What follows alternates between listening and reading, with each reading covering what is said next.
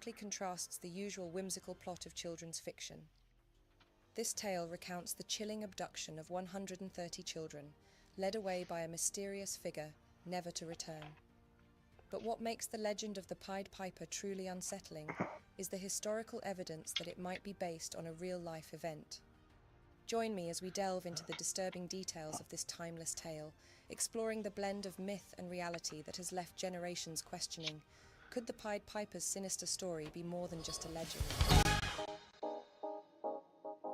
Welcome back, Darklings. Before delving into the chilling truth behind this story, let's revisit the most well-known version. Long ago, in the year 1284, nestled in the heart of Lower Saxony, Germany, there lay a quaint and bustling town called Hamelin. The townsfolk lived happily, surrounded by rolling green hills and the gentle flow of the Weser River. But their joy turned to despair when a terrible plague of rats descended upon their town. The rats ran rampant through every building, scurrying in the streets, gnawing at doors, and devouring grain stores. They even dared to sneak into the cradles of sleeping infants. Despite all efforts, traps and cats proved futile against the relentless vermin, plunging the people of Hamelin into despair. One fateful day, as the townsfolk gathered in the market square to beseech the mayor for a solution, a stranger appeared. He was a peculiar man, dressed in pied clothing and carrying a simple yet mesmerizing flute. "I have the power to rid your town of its rats," he proclaimed, "but my services come at a price, 1,000 gold coins." Desperate for relief, the town leaders swiftly agreed to his terms. With a nod, the Pied Piper raised his lips and began to play a tune unlike any other. The melody was strange, yet irresistibly sweet. Its mesmerizing notes wove through narrow streets and winding alleys, and through cracks in the walls. Enchanted, rats began to emerge from every hiding place, their ears twitching to the sound of the piper's flute. The piper walked through the town, his steps steady and sure, and the rats followed him in a great throng. He led them to the Weser River, and without hesitation, the rats plunged themselves into the water, where they were swept away. The townspeople could hardly believe their eyes. Their homes were finally free of the vermin, and a wave of relief washed over the town. They cheered and celebrated, filling the streets with joyous uproar. The piper, satisfied with his work, returned to the town hall to claim his promised reward. However, driven by greed and ingratitude, the town leaders refused to pay him, scoffing at the piper's perceived gullibility. Fury burned in the piper's eyes as he warned the mayor, "If you do not honor our agreement, I will return and take what I am owed." The town leaders merely laughed, brushing off his threat as empty words as they ordered him to leave. Days turned into weeks, and the townspeople thought little more of the Pied Piper. Life in Hamelin returned to normal, the memory of the rats fading into the past. But little did they know, a far greater torment was about to befall them. On the morning of the feast of Saints John and Paul, the 26th of June, the piper returned. The adults gathered in the church for the holy day service, leaving their children to play outside, unaware of the looming threat. As the church bells tolled, the piper stood in the town centre, his flute glinting in the morning sun. This time, when he lifted the flute to his lips, he played a more haunting melody. This tune was different, sweeter, sadder, and somehow more compelling. The children of Hamelin, boys and girls alike, stopped what they were doing and began to follow him, entranced by the music. The piper led the children through the winding streets, past the town gates, and up to a nearby mountain. There, a cave in the mountainside opened before them, and the piper and the children walked inside. As the last child vanished into the darkness, the cave entrance sealed shut behind them, swallowing their forms into the mountain's cold embrace. The only children left behind were those who were physically impaired and couldn't keep up, or those who were deaf and couldn't hear the piper's eerie melody. As the adults emerged from the church, these children tearfully recounted what had transpired. Panic gripped the town as parents and townsfolk frantically searched, calling out the names of their missing children. But no matter how desperately they searched or how loudly they cried, no trace of the children could be found. Hamlin was plunged into shock and sorrow. The once joyful laughter of children no longer echoed through its streets, replaced by an eerie silence. The townspeople, their hearts heavy with grief and regret, had learned too late the price of breaking a promise and the true devastating power of the Pied Piper's music. A tale involving a mysterious figure, a magic flute, and a vanishing fairy might leave you wondering why anyone would believe such a story has any basis in reality. Yet, historians made a startling discovery when they investigated the origins of this fairy tale. They found a document known as the Lunenburg manuscript, dating from around 1450. This manuscript, authored by a monk, appears to be a straightforward historical record, devoid of any fictionalized stories. Its primary purpose is to document the events of that period in Germany. Intriguingly, the manuscript mentions the mysterious disappearance of 130 children in Hamlin on June 26, 1284, after following a piper. Indeed, in Hamlin itself, the town's own historical records, dating from 1384, starts with the ominous line, "It has been 100 years since our children left." Meanwhile, in the St. Nikolai Church at Hamlin, a stained glass window was installed around the year 1300. Although the window was destroyed in 1660, detailed descriptions of the window survive from the 14th to the 17th century. Historians have used these written accounts to create an artist's impression, depicting a piper in vivid attire, surrounded by angelic children dressed in white. There are also several inscriptions on buildings around the town of Hamlin. The Old Town Hall, which dated back to around 1500, but was demolished after being badly damaged during attacks in 1945, bore an inscription, "In the year 1284, after the birth of Christ, from Hamlin were led 130 children, born at this place, led away by a piper into a mountain." A stone from the Old Town Gate is currently exhibited at the Hamlin Museum and bears the inscription, "In the year 1556, 272 years after the magician stole 130 children from the city, this gate was founded." There is also a street in Hamlin known as Bungelosenstrasse, or Street Without Drums. It is believed to be named so because it was the last place where the children were seen following the piper. To this day, music, dancing, or singing is prohibited on this road. This evidence from the town itself, coupled with numerous written mentions of the event, has convinced most historians that something indeed occurred on that fateful day in 1284, leaving us to wonder, what happened to the children of Hamlin? One theory proposes a literal interpretation, that a stranger arrived and abducted 130 children. In 13th century Germany, the feast of Saints John and Paul, celebrated on June 26th, would have encompassed a mix of religious, communal, and local customs. Processions featuring music, hymns, and prayers were common during such festivities. Perhaps the piper started a procession while adults were engaged in church, and the children innocently followed, unwittingly leaving the town. However, many historians analysing the story have concluded that the character of a piper portrayed as the villain is too convenient to be realistic. In the 13th century, pipers were typically travelling entertainers who performed at courts, town festivals, and other communal gatherings. Despite their musical contributions, pipers, along with other travelling performers, often faced suspicion and were associated with vagrancy or lower social status. Their nomadic lifestyle set them apart from the more settled, guild-based tradespeople and made them seem untrustworthy. Consequently, they were mostly unwelcome visitors in towns and viewed as a bad omen, except during celebrations when their services were needed. Adding to the intrigue is the description of the piper as pied, which means bright, highly contrasting colours. This term, however, carries ominous connotations because the figures who commonly wore such attire during that era were executioners. Public executions were significant events that drew large crowds, and executioners wore pied clothing both to enhance the spectacle and to ensure they were visible amidst the throngs of people. For this reason, many historians have concluded that the piper is a metaphor and represents an event that resulted in the deaths of those 130 children.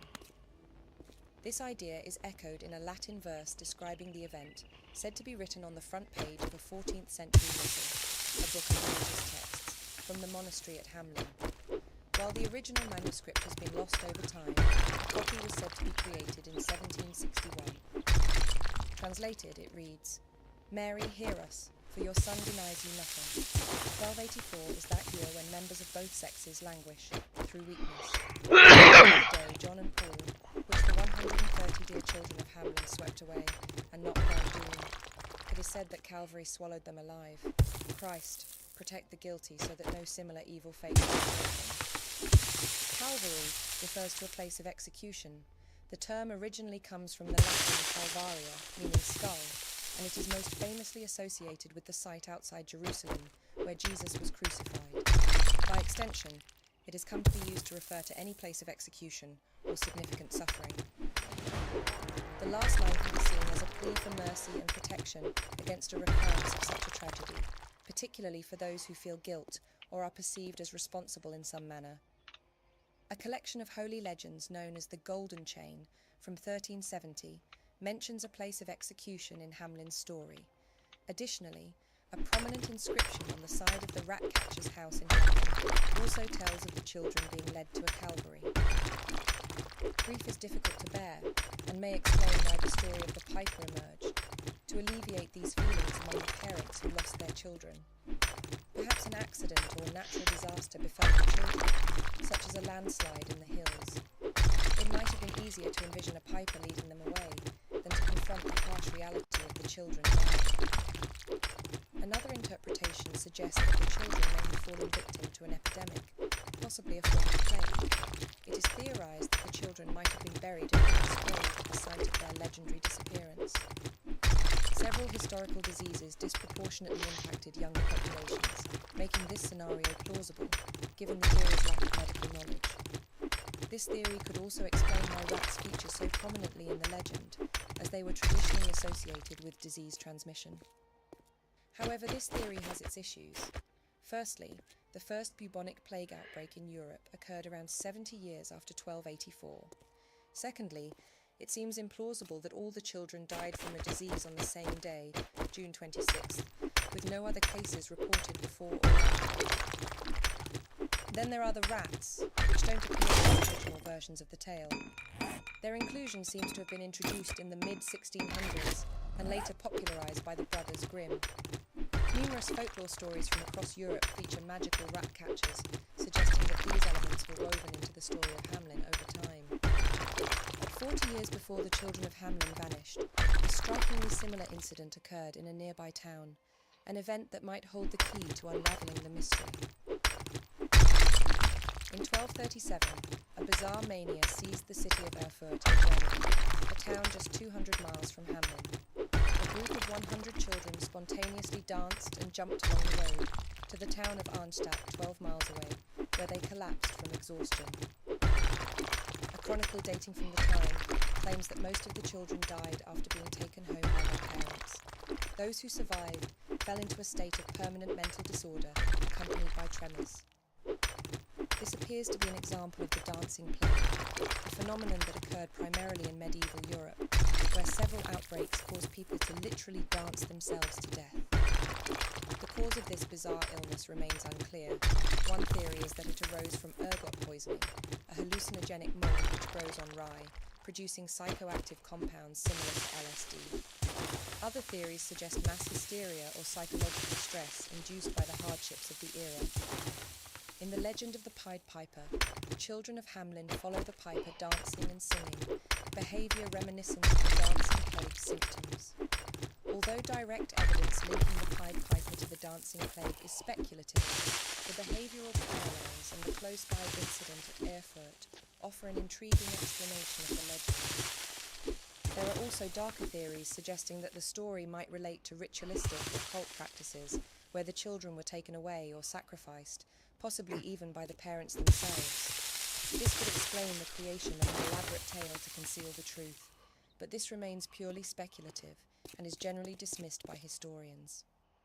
Another theory suggests a connection between the Pied Piper story and the Children's Crusade, a tragic event in which thousands of children from France and Germany believed they were divinely inspired to peacefully reclaim Jerusalem. Led by charismatic youth leaders, they embarked on a journey to the Holy Land, driven by faith and the conviction that their innocence would lead to success where previous military campaigns had failed. However, the Children's Crusade did not reach its intended destination. Many children perished due to hardships along the way or were sold into slavery, while others simply disappeared.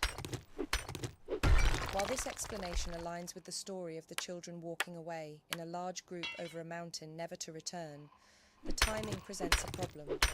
The tale of the children of Hamlin is consistently dated to 1284, several decades after the Children's Crusade, which occurred in 1212.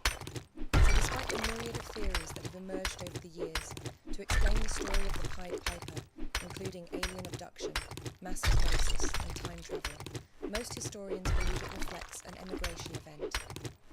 In the Middle Ages, it was common for groups of people to leave their homeland to colonize new territories in search of better opportunities. This practice was often driven by the law of primogeniture, the legal right of the firstborn legitimate child to inherit the entire estate from their parents, leaving younger siblings to seek their fortunes elsewhere. People were frequently compelled to move to newly acquired lands by feudal lords, who offered land grants as incentives to populate and cultivate these areas.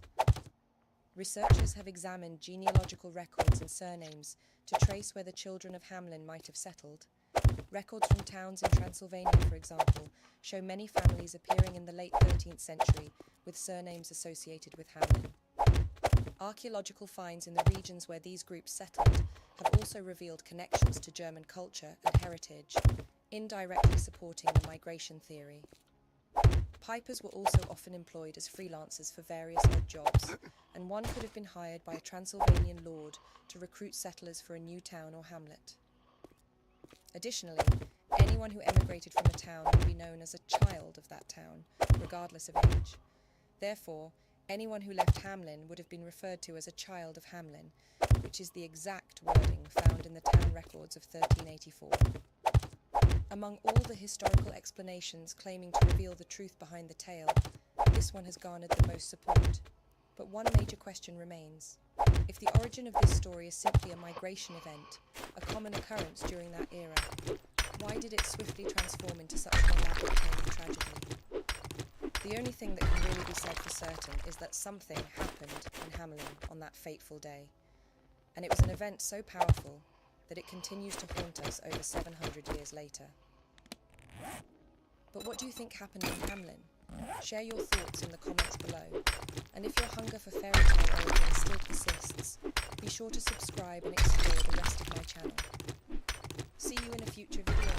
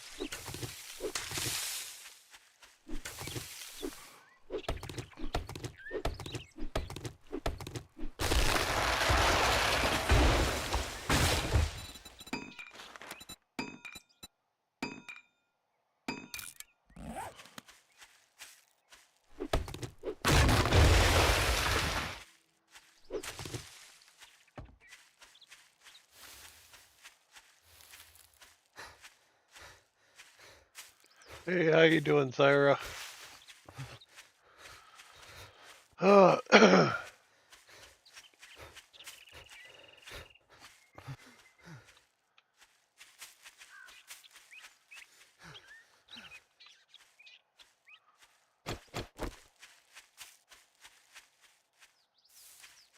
Hey, kitty.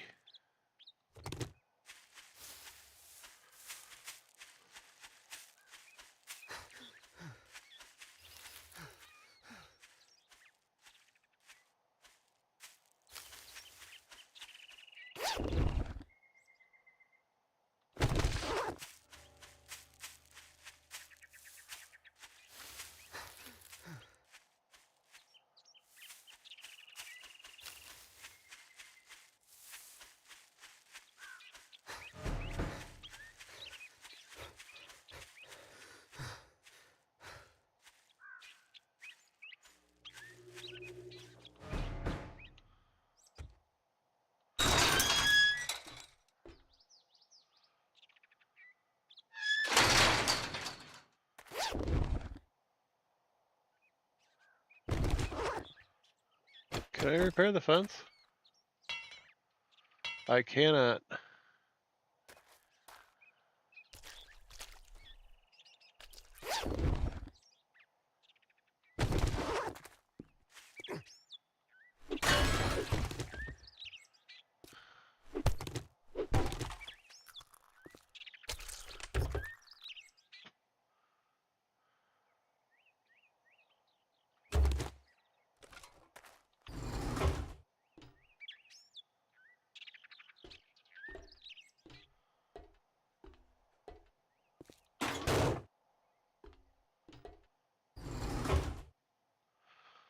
Oh, I fucking hate this place.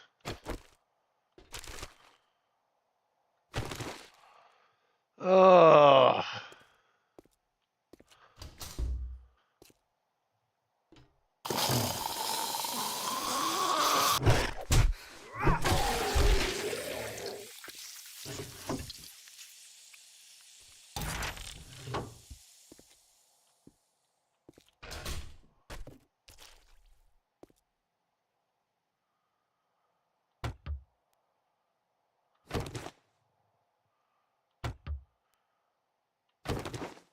It's like a little bit of cannibalism happening in here. I don't know why they were doing that. And there was plenty of corn in that cabinet.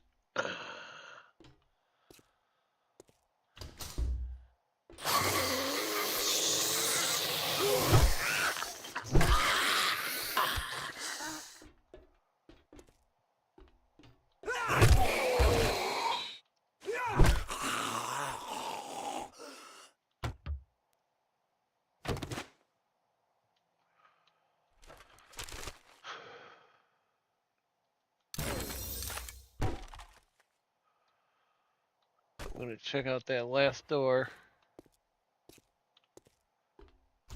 before I go down them steps. Ooh. Yeah, I knew that was gonna happen. Boom!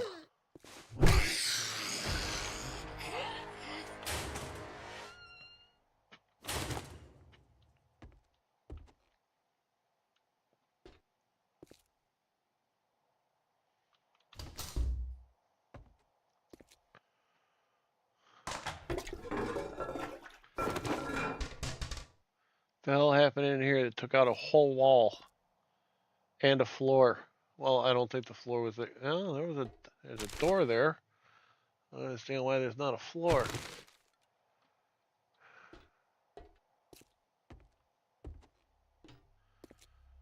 All right, well.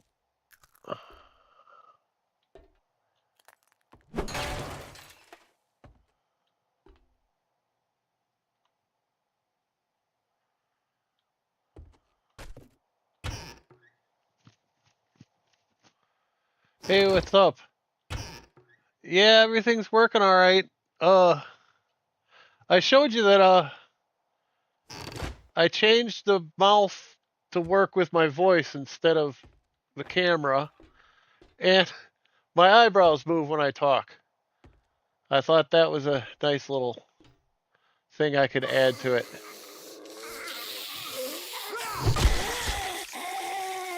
And I got the motion is a little more. I messed with the motion too, so I'm.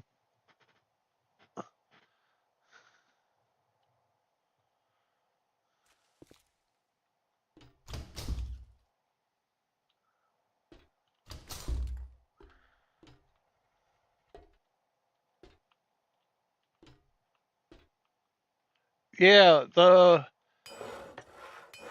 everything except the mouth and eyebrows is tracked by the camera, and the mouth and eyebrows is tracked by my voice.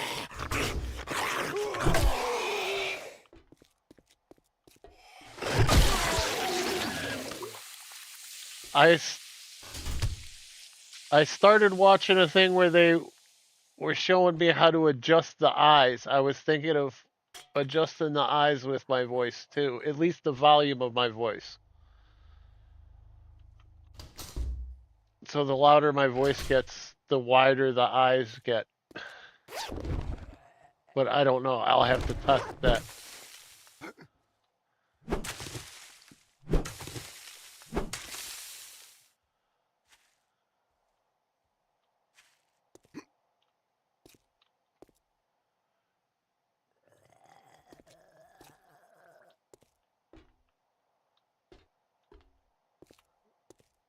I'm looking for the big loot now. And there's a good chance it's in here.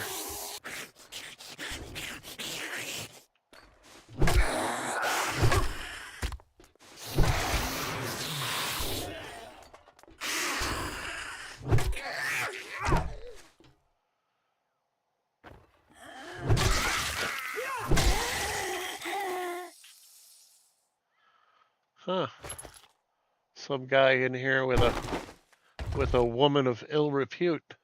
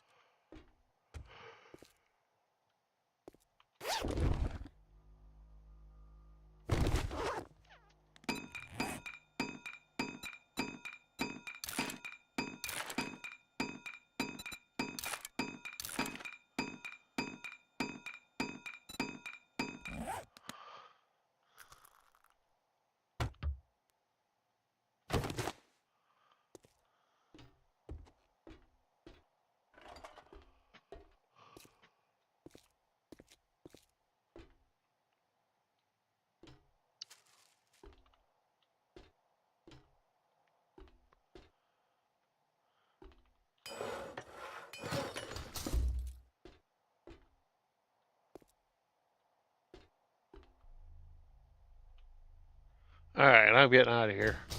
If I can find my way out.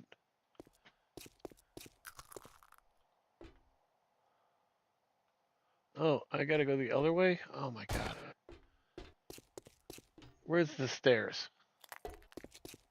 Maybe it was here? Yeah, there we go. Come on! It's stuck on the stairs.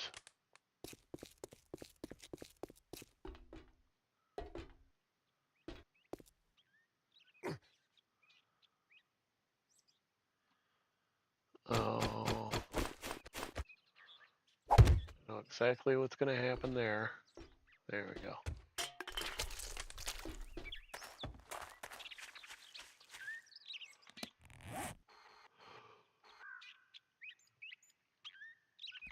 Ooh, I'm gonna follow the road. That'll uncover some of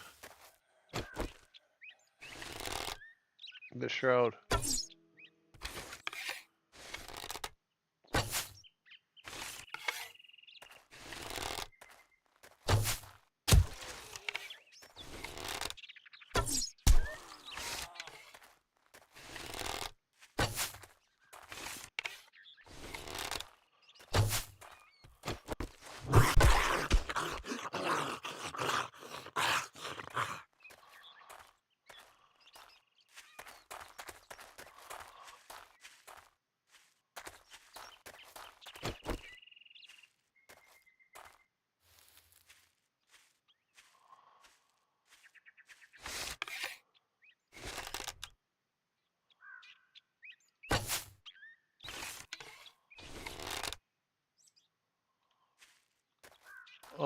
everybody's leaving.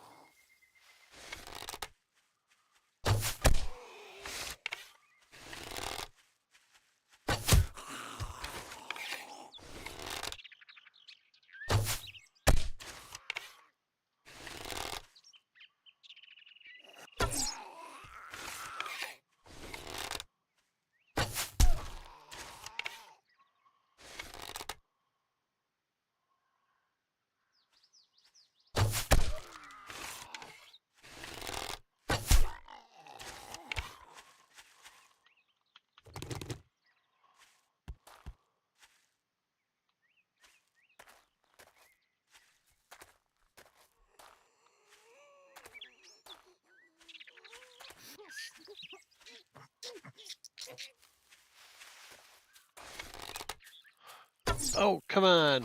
Come on. Ugh.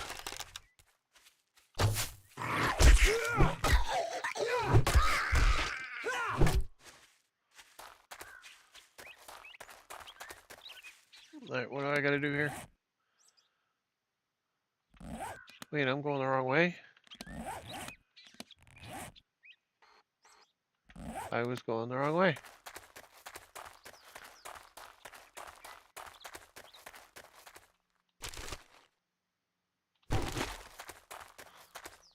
I got discombobulated.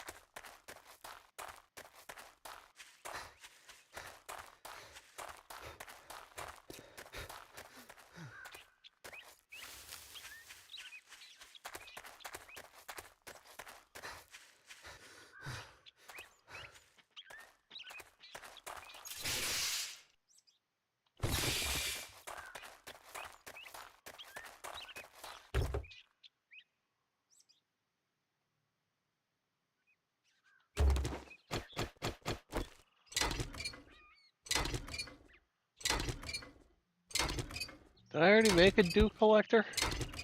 I don't know.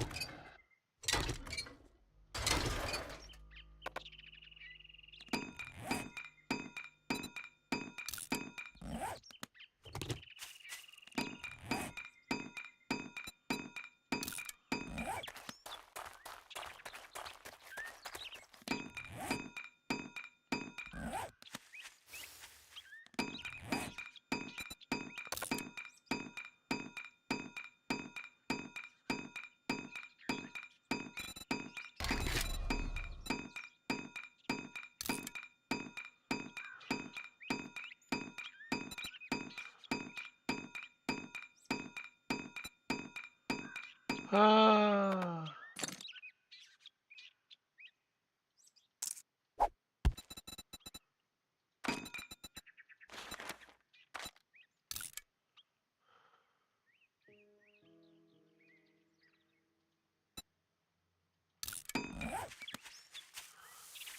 Oh.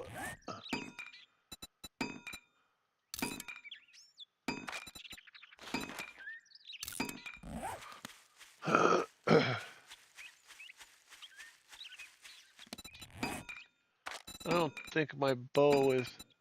I can get a level 3 bow. I'll do that in a minute. Alright.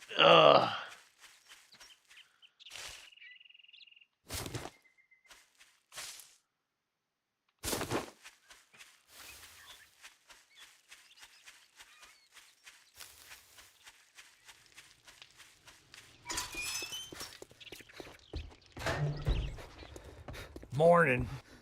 Didn't we agree your first job was going to be free? I Damn, don't ever this is recall all I can agreeing to that.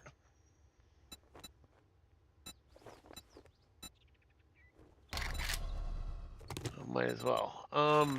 Any jobs? I got some shit work for a fuck up. What are you standing there for? Don't you have work to do? You hungry or something? I could sell one of those. Sell that piece of crap. Sell those pieces of crap. Sell this piece of crap.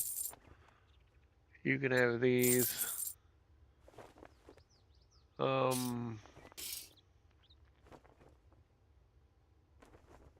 here's 20 bucks too. Do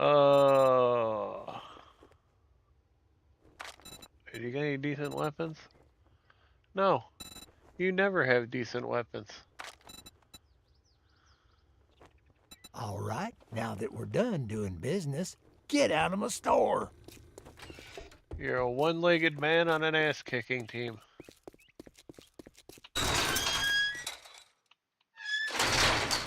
All right.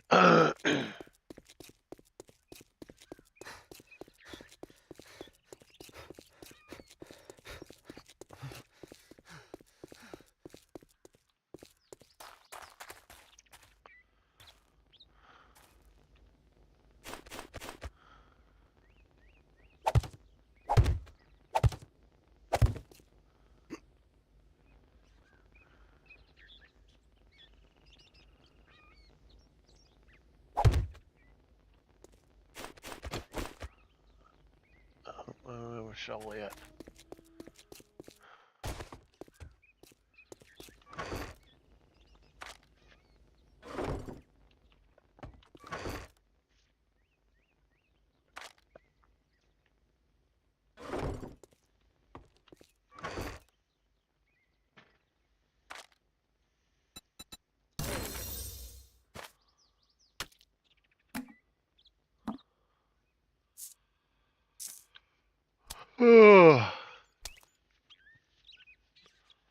Alright, what are we doing here?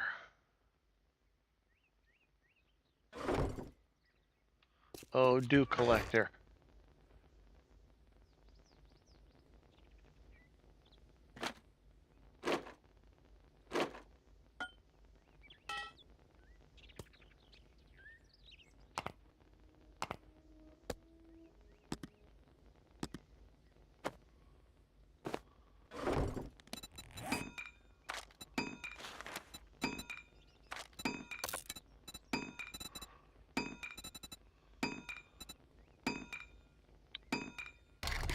Oh, you can't be serious.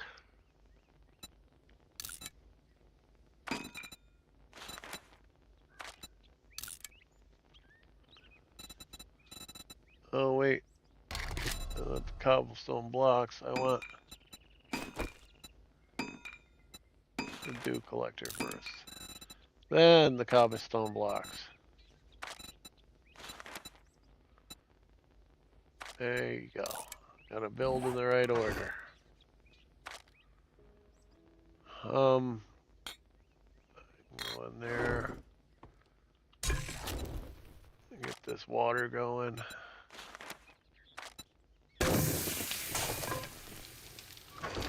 Put those bullets up.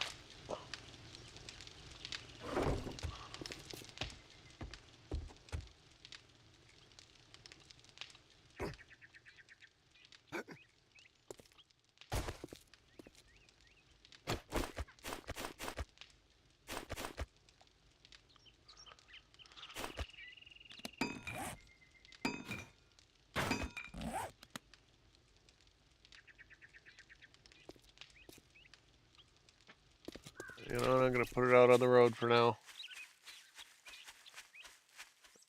Set it right here.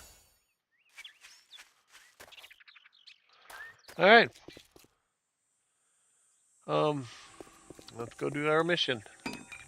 Let me.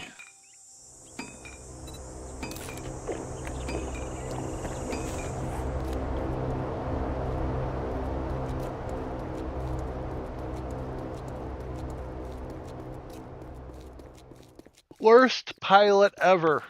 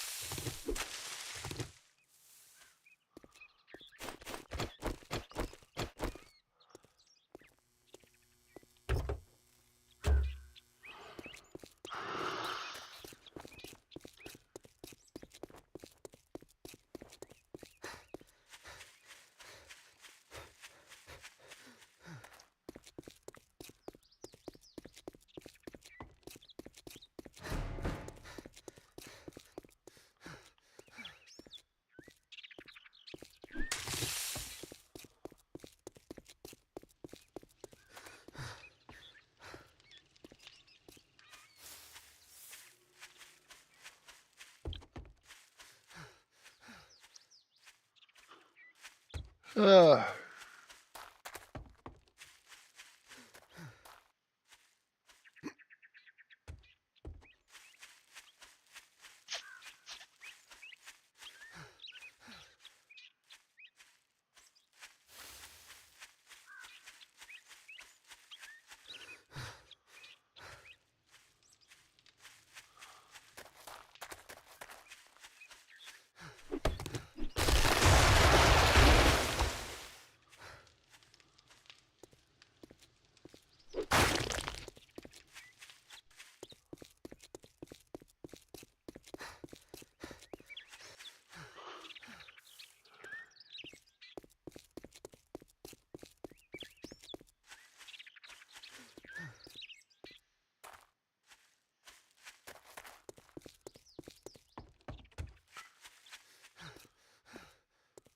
Did it land?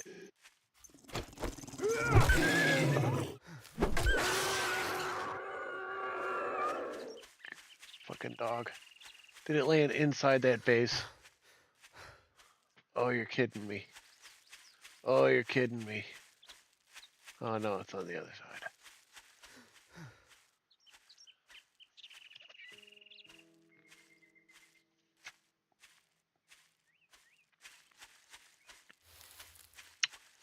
All right.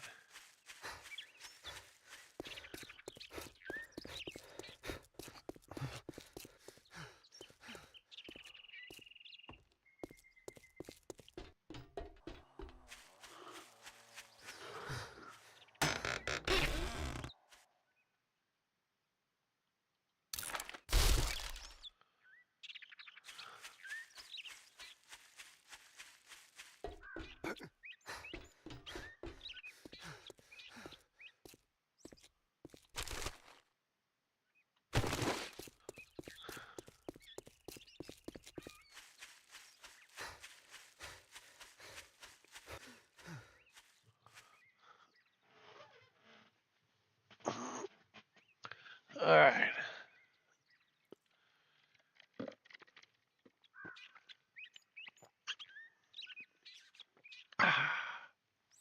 All right. Hey. I think the sensitivity's got to be changed again.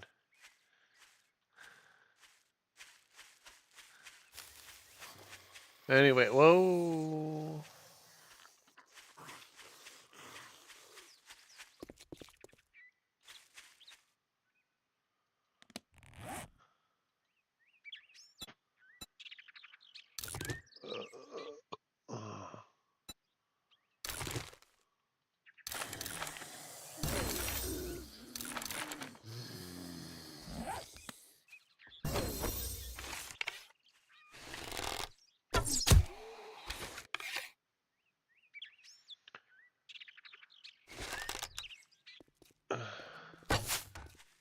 Oi.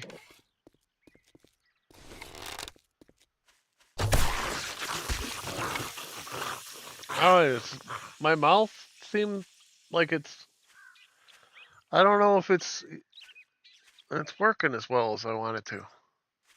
I think I need to adjust the sensitivity again. Nah, I guess it's okay.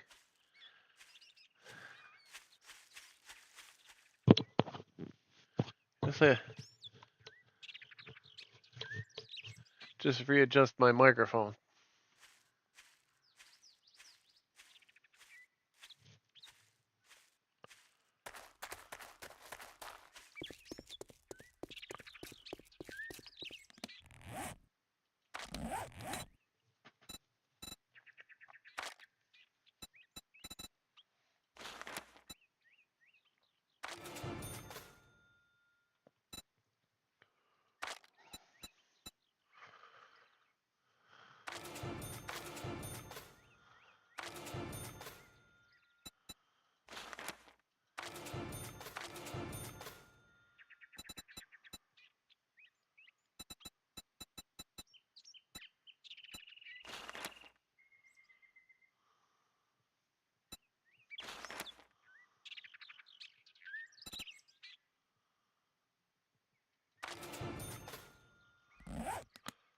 All right.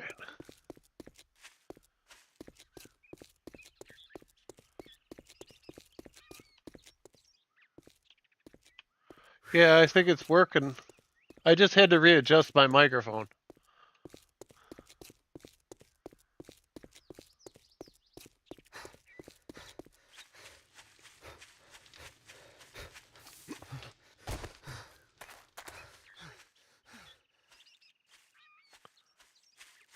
All right, I'm almost there.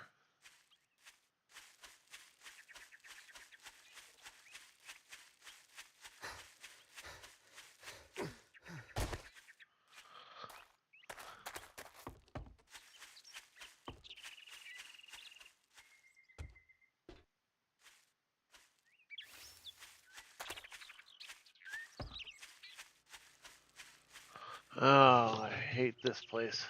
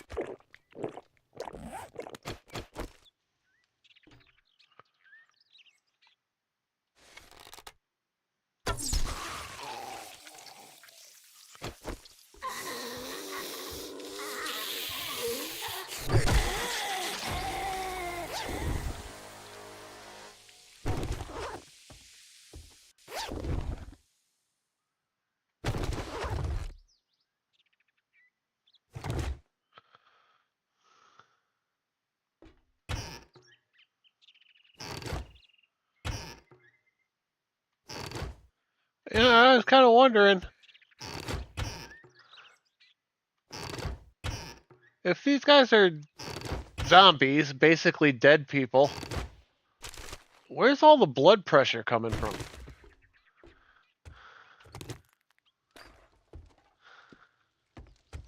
Right? Their hearts aren't beating.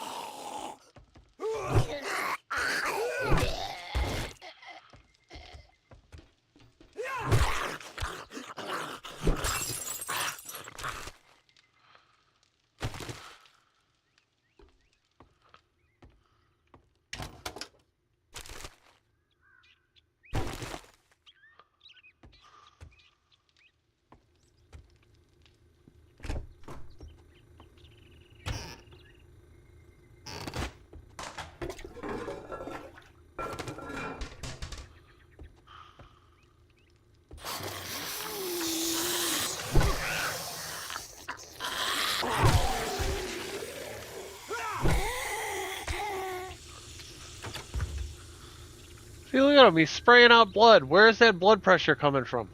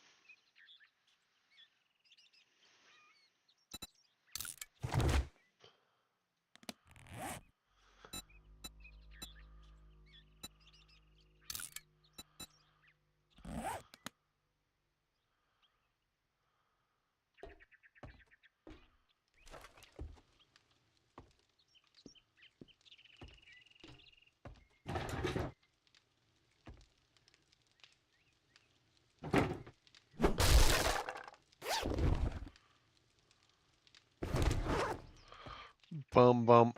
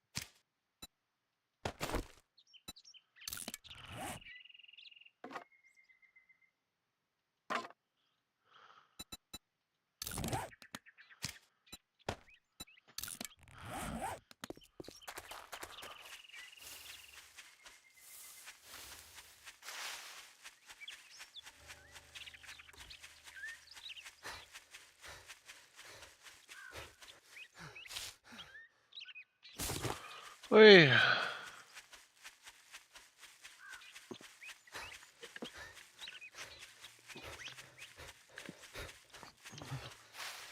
I ate McDonald's for lunch and I regret it. Ugh.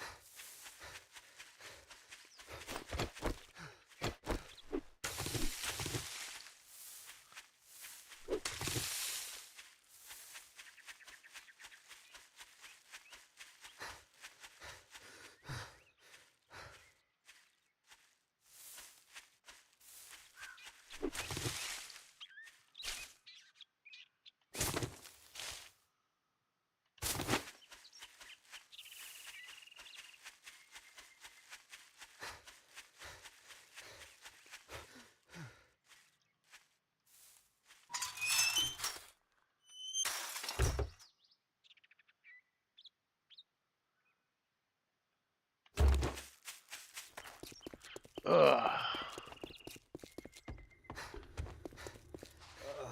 it's fucking hot out there this afternoon, so don't test my patience.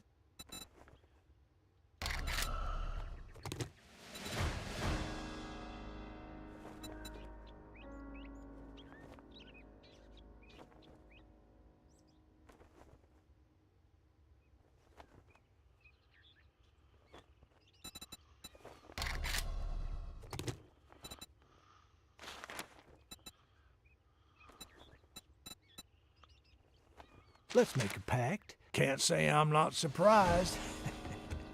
Good luck, kid.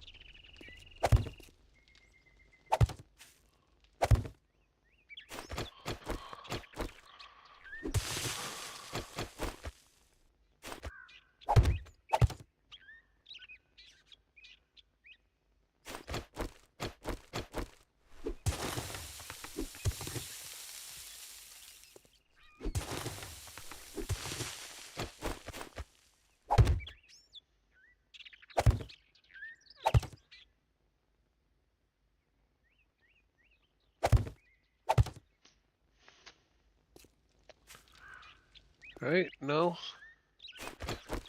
No. Damn it.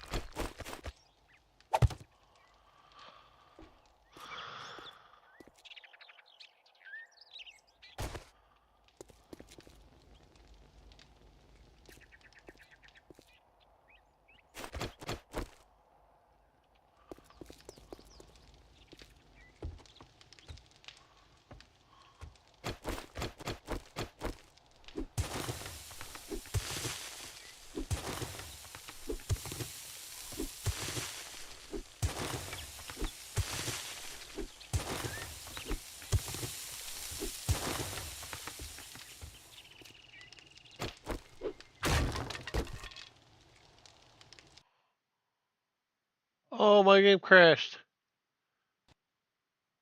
Oh, man.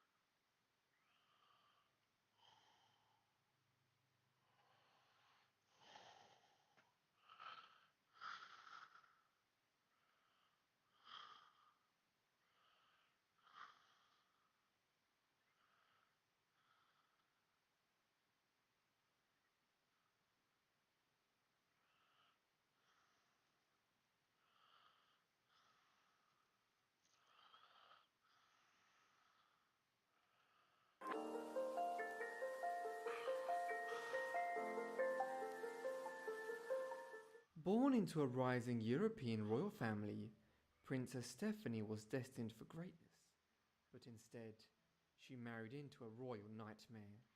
Trapped in a loveless marriage, she lived a life of betrayal and sickness, resulting in her becoming infertile at just 22.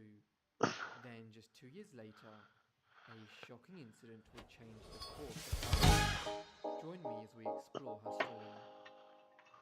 Princess Stephanie Clotilde was born on the 21st of May 1864 in the Palace of Laeken in the suburbs of Brussels in Belgium.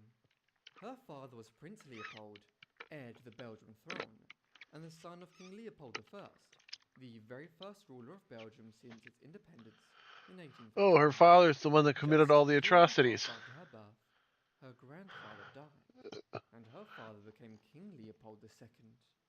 To the world, he was revered as a powerful statesman who made Belgium matter on the global stage, despite its small size. He filled the country with grand palaces and majestic state buildings, cementing his reputation as a visionary ruler. But behind the glittering facade of his reign, darkness lurked. Today, Leopold II's legacy is one of horror. He turned the Congo into a private fiefdom, ruling it with an iron fist and exploiting its people for profit. Under his reign, millions of Congolese were enslaved on the rubber plantations, suffering many atrocities. Tragically, these conditions combined with disease and famine led to a sharp decline in the Congolese population. So, Stephanie's family's wealth was made in part from Congolese blood money. Stephanie's mother was Marie Henriette of Austria, a member of the Royal House of Habsburg in Austria, a country which had ruled Belgium for most of the 18th century. She and Leopold had 4 children. Their first daughter, Louise, was born in 1858, followed by their only son, Leopold, in 1859. Nearly 5 years later, Stephanie was born, and 8 years after that, they had their youngest daughter, Clementine. Despite all these children, the Belgian royal family's domestic life was far from happy. Their parents' marriage had been a purely political arrangement, and they had completely different interests and personalities. Over time, tensions grew, and Queen Marie Henriette increasingly distanced herself from her husband, spending much of the 1870s apart from him. This increased the rigid constraints of royal life, and in the coming years, Stephanie was about to be swept into a far darker world than she could have ever imagined. Stephanie's early years were marked by tragedy. In January 1869, her world was shattered when her brother, the heir to the throne, passed away, plunging the royal household into mourning. Although just 4.5 years old, this tragedy left a deep mark on Stephanie and began the decline of her parents' marriage. Then, in 1871, disaster struck again. Europe was still battling waves of deadly disease, typhus, smallpox, and the dreaded Blue Death, a nickname for cholera. And it wasn't long until an outbreak swept through Brussels. Stephanie, not yet 7, fell gravely ill with typhus. For weeks, she drifted between life and death, unconscious, feverish, and full of pain. Her family feared for the worst, but against all odds, she survived. 3 years later, Stephanie's rigorous education began. She was taught a variety of subjects to a high level and was multilingual, though she was not coddled, and she and her sisters were taught by strict disciplinarians. From 1875 onward, Stephanie often found herself as the highest-ranking female royal at court. Her older sister Louise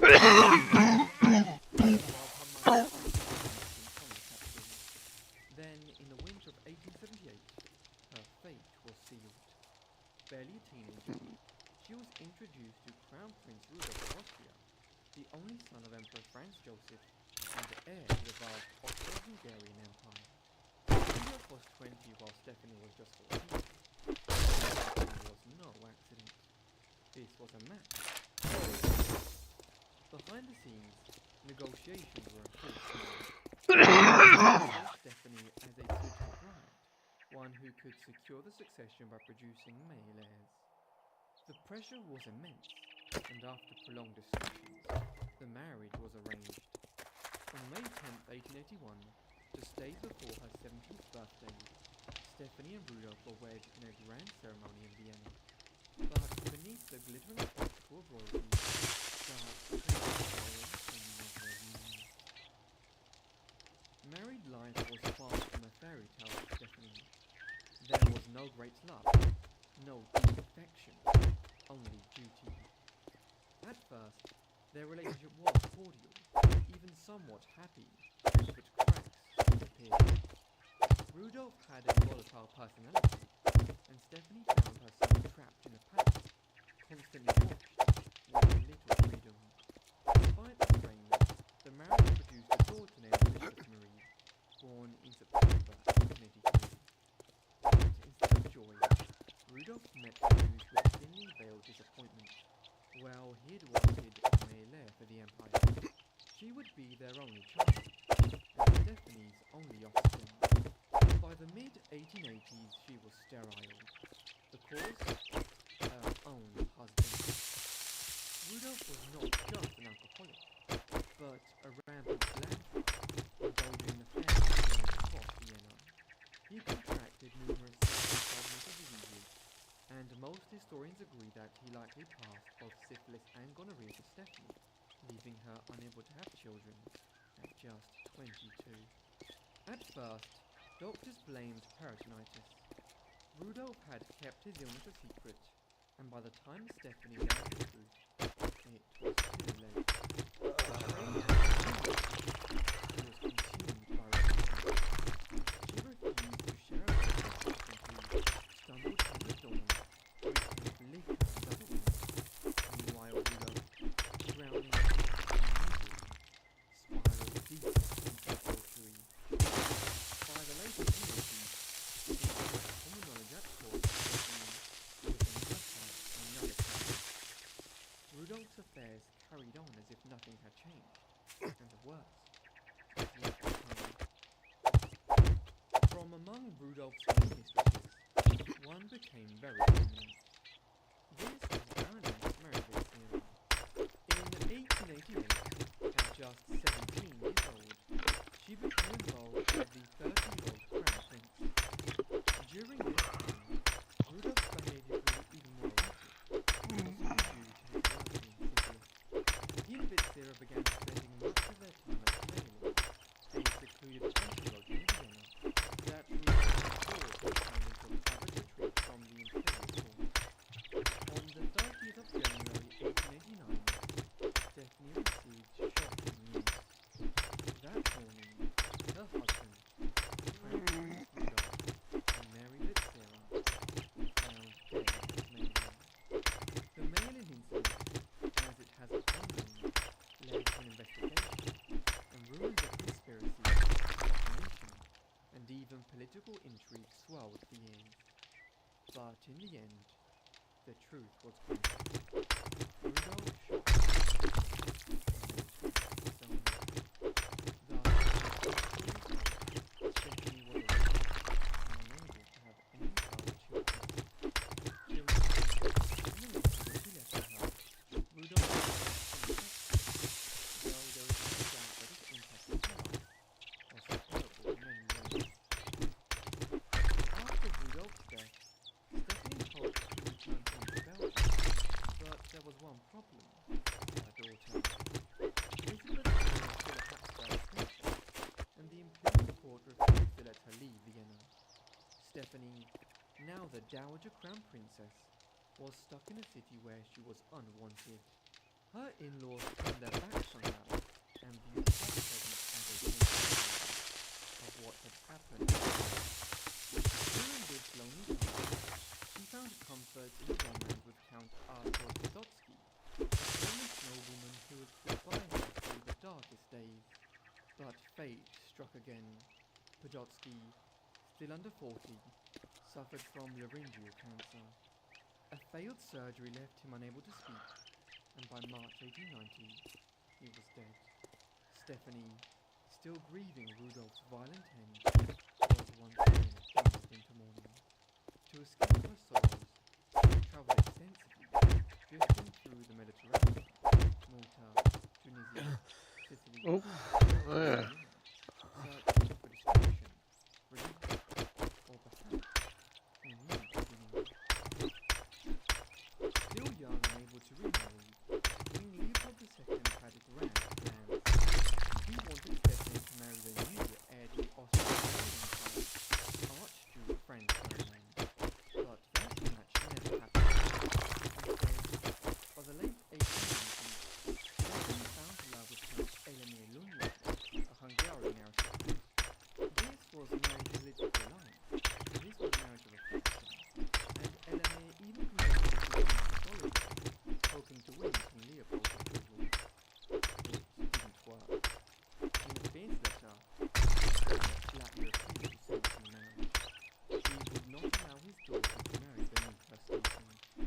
Despite this, Stephanie decided to triumph, and on March 22, 1900, she married Elimir at Miramar Castle near Trieste, losing her imperial titles in the process.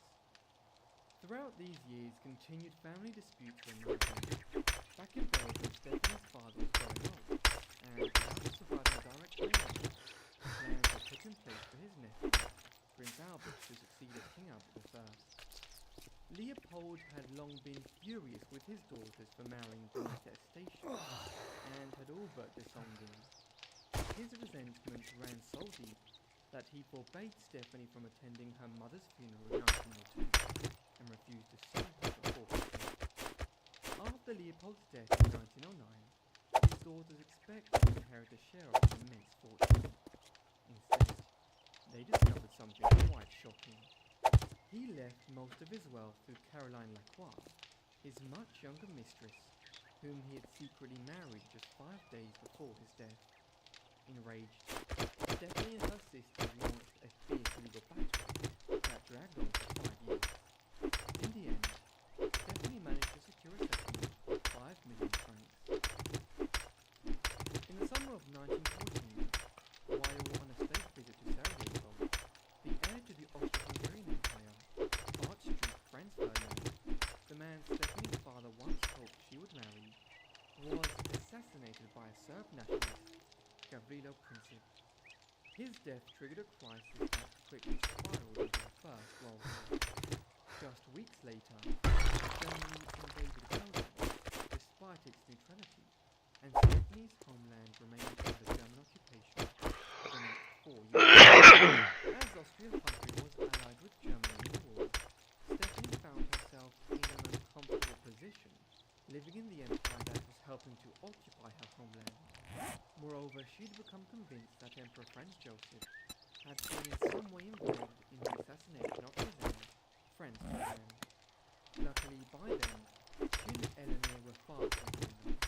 In 1906, they'd settled at Russowska Mansion, in what is now Slovakia, one of the few places touched by the war. There, Stephanie dedicated herself to charitable work, finding purpose in the world and unraveling around her. When Emperor Franz Joseph died in 1916, Stephanie and Elimir returned to Vienna for both his funeral and the coronation celebrations of the new ruler. Just 2 months later, Elimir was made a prince within the Hungarian aristocracy. But their world soon crumbled. In October 1918, Austria-Hungary lost the war and collapsed into separate nations.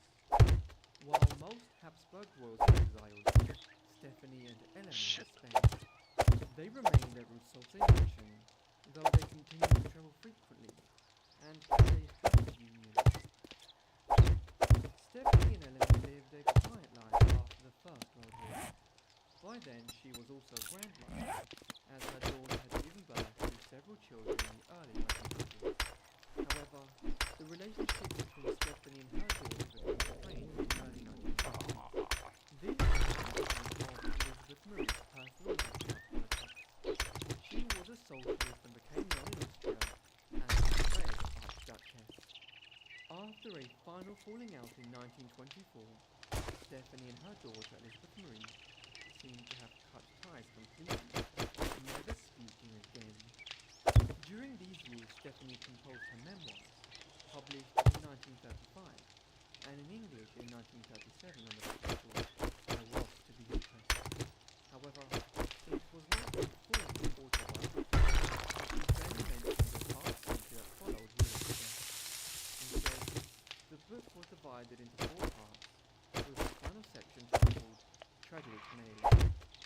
was clear that her stories, at least the ones she chose to tell, ended in 1889.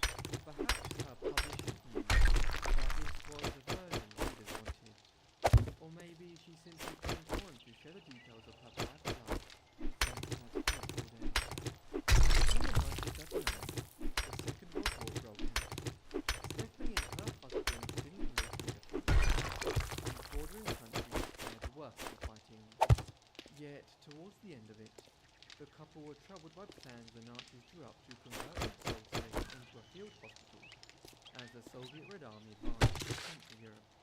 When the Russians arrived there in the late spring of 1945, Stephanie and Elimir took refuge at the Pannonhalma Arch Abbey. She died there on the 23rd of August 1945 at 81 years of age. She had disinherited her daughter a year earlier, and Elizabeth Marie did not attend Stephanie's funeral. She was buried in the Arch Abbey's crypt, and Elimir, who died just under a year later, was buried next to her. Thank you so much everyone for watching this video on Princess Stephanie of Belgium. I hope you found it interesting. Let me know what sort of life down below in the comments, and if you have any suggestions, also let me know down below in the comments. I hope you guys found this interesting, and I hope you guys are subscribed and have notifications turned on to get all my videos as soon as I upload them.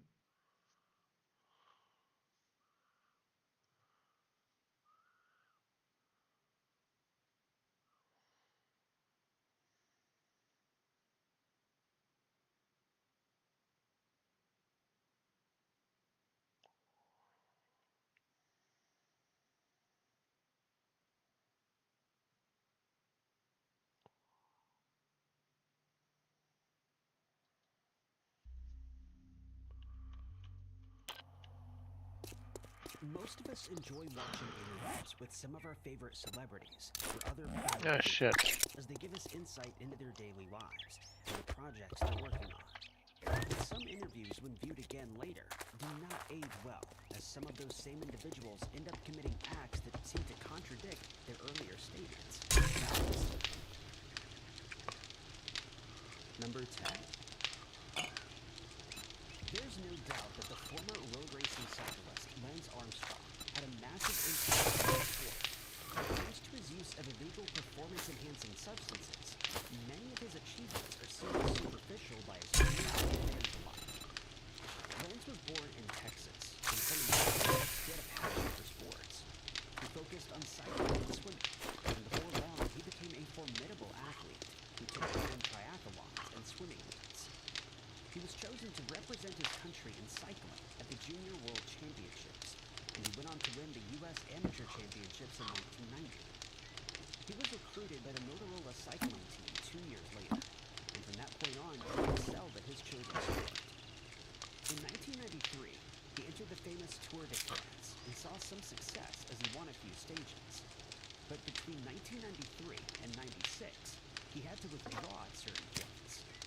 He started struggling with his health, and when he had to withdraw in 1996, he sought medical help. It was then that he learned he was suffering from cancer, and that the disease had spread to his lungs and brain. He was told that his best chance at recovering sufficiently to compete again was to undergo surgery and chemotherapy, and he agreed. While some people, including doctors, remained skeptical, Lance completed his treatment, and in 1998, he won the Tour de Luxembourg. He was persuaded to enter the Tour de France once again, and in 1999, he emerged as the victor, beating all the odds against him and earning him millions of fans around the world.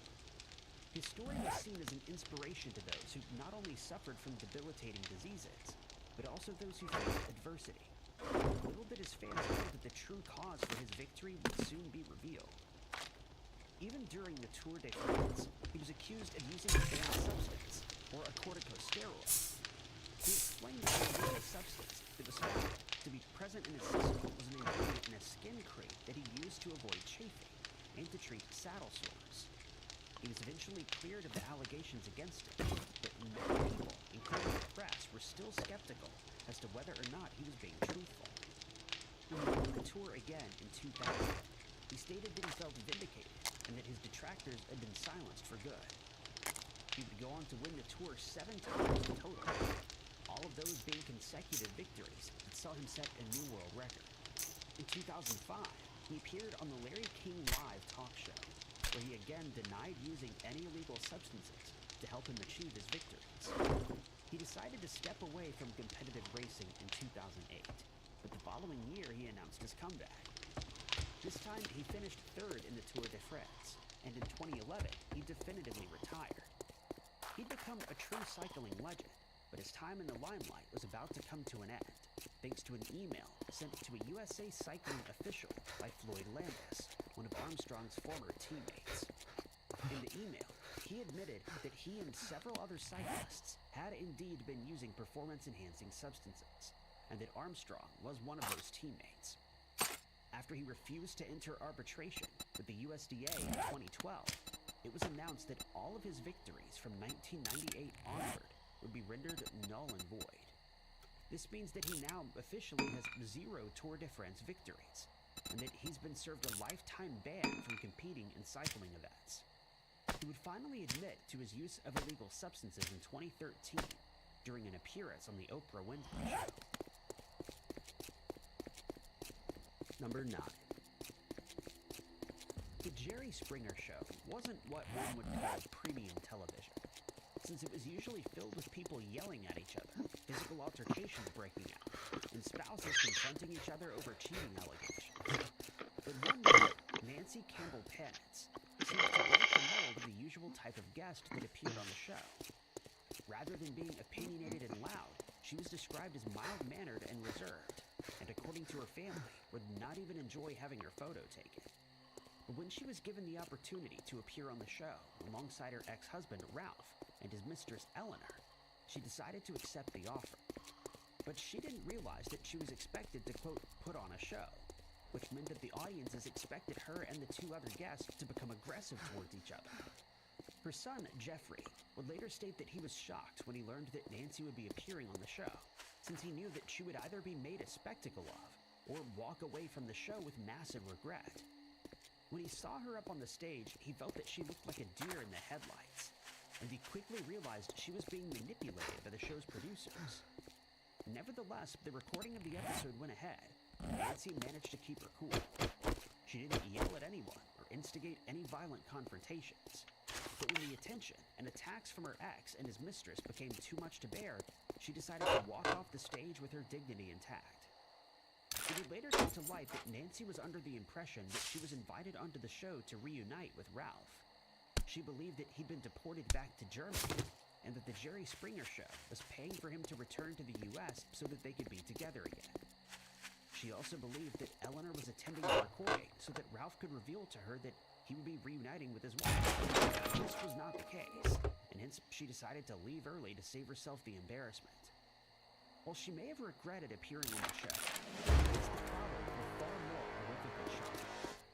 A short while after the episode was broadcast on TV in 2000, Nancy was found deceased, and it was determined that she'd been badly assaulted.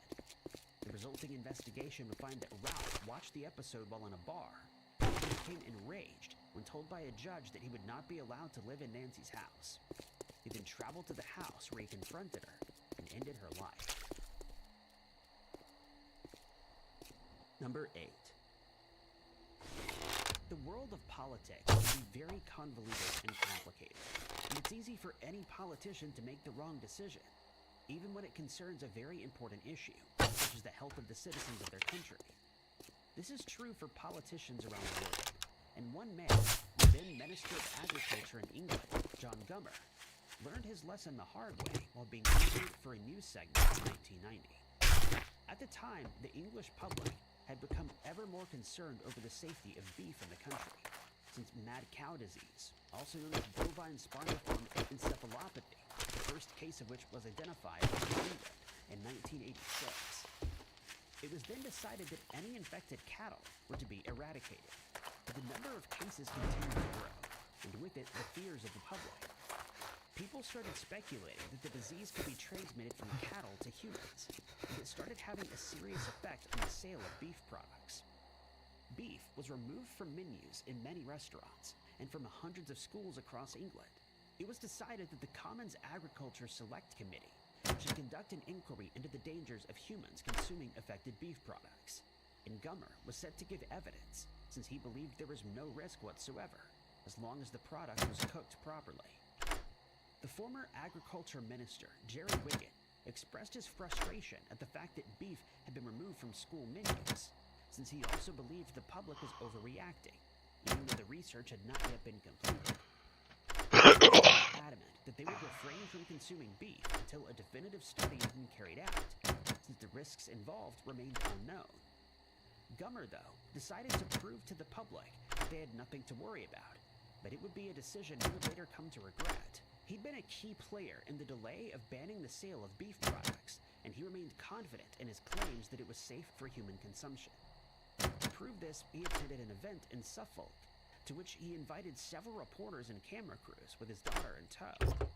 While being interviewed, he purchased a hamburger, and while assuring the public that it was safe to consume, he tried to feed it to his daughter, but she refused to eat it, stating it was too hot.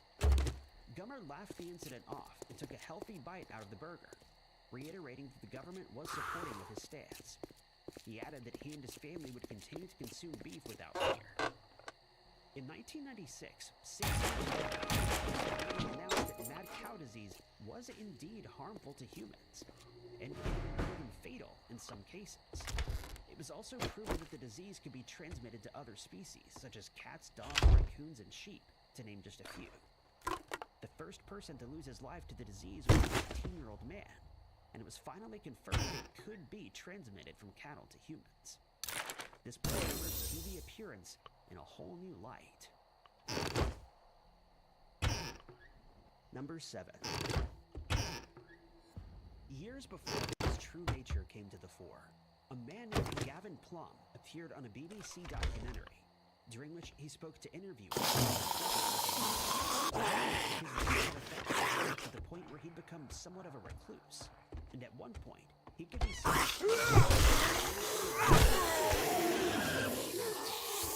placed outside his front door. At the time, he was living in Harlow, Essex, and in 2016, he revealed that he'd been stuck in his apartment for about 4 years, unable to walk long distances thanks to his weight. He added that he was last able to leave the apartment unaided in 2014, when he attended his parents' wedding vow renewal ceremony. During the interview, he stated he hated sitting around doing nothing all day, and that he felt trapped. He wished he could start playing Sunday League football, as he once had, and he could start working again to become independent. But he was unable to do any of these things, since walking caused him severe pain.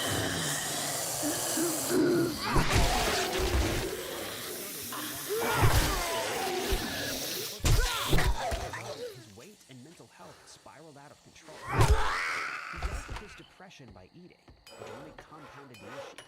And at first, he saw no point in leaving his apartment. But after a while, he had no choice but to stay indoors as he became incapable of walking anywhere. He relied on his parents to help him with chores around the apartment. He eventually decided to do something about his weight issue, and a doctor recommended gastric sleeve surgery. A week after the procedure was completed, he was able to bend down, and after 10 days, he lost 22 pounds. He started building muscle strength, and with time, he started living a normal life with a normal diet, as he'd done in the past. He started working as a security guard, and his future seemed bright. But unbeknownst to the public, he was hiding a terrible obsession that would later be revealed for the world to see. Plum had developed an unhealthy obsession with the television presenter Holly Willoughby, who became a household name as the presenter of The Morning Show. He decided to abduct and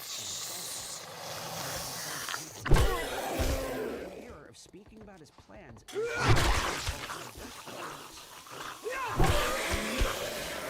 the tools that he needed to carry out the crime, such as chloroform and other items, and added that he planned to force Willoughby to state on a video recording that she was consenting to being abducted, and that Plum could do whatever he wanted to her. But unbeknownst to him, he was Minnesota, who was the FBI and the Essex Police. Number 6. Today, David is somewhat controversial some of the strange theories that he subscribes to. Everybody knows that before he became known for his theories, he was born in Leicester, England in 1953. all accounts, he was a quiet kid. He had his own company. While he was in school, he started playing football and served as his team's goalkeeper. To prove himself, he was chosen for the Coventry City youth team. It seemed as though he was heading for a promising football career. Rheumatoid arthritis until he was no longer able to perform as he had before. He then started a career as a reporter and started working for the Leicester News. But before long, he moved on to the Leicester News Agency, and he started reporting on football for BBC Radio Leicester after that, and held jobs at the Loughborough Monitor, BRBM Radio, and the Leicester Mercury. He started appearing on television while employed by the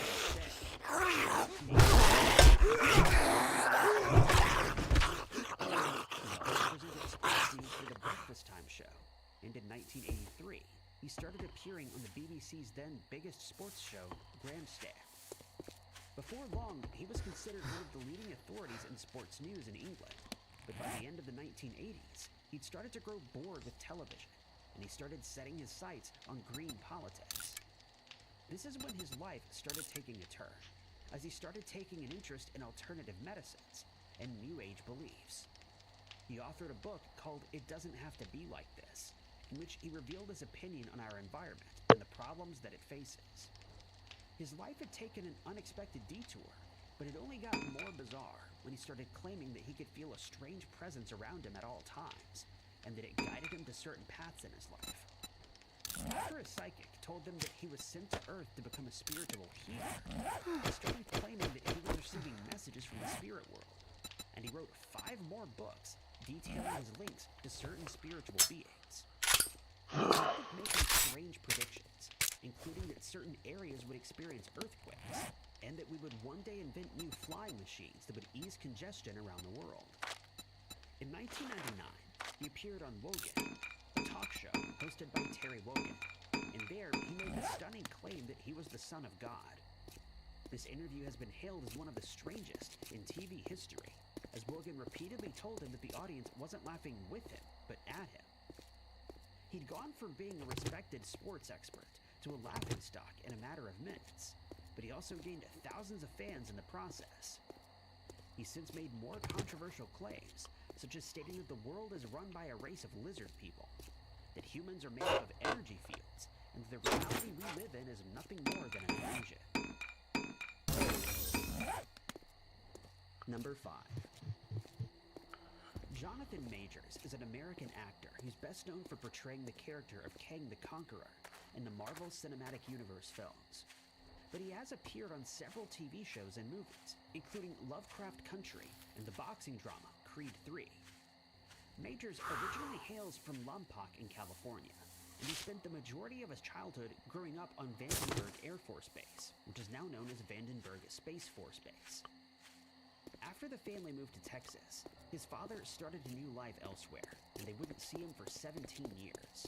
Because of his abandonment, the family was left in a precarious financial situation, and they moved around often. After settling in Dallas, Texas, his mother became a pastor, but Majors would often find himself in trouble for fighting with other children and shoplifting. He also struggled to get along with his family at times, and for a while was forced to sleep in his car after he was kicked out of the house. He eventually took an interest in acting, and after finishing high school, he started studying at the University of North Carolina School of Arts. He also attained an MFA degree from the Yale School of Drama, and his future as an actor seemed secured. He quickly landed roles on TV series and a few lesser-known films, but in 2019 he got his big break when he was cast as Montgomery Allen in the drama The Last Black Man in San Francisco. When he appeared in the Lovecraft series, he achieved further fame. He became a household name when he appeared in the Marvel Cinematic Universe series Loki, appearing as Kang the Conqueror for the first time. He reprised that role in Ant-Man and the Wasp, alongside well-known actors such as Paul Rudd, Michelle Pfeiffer, and Michael Douglas.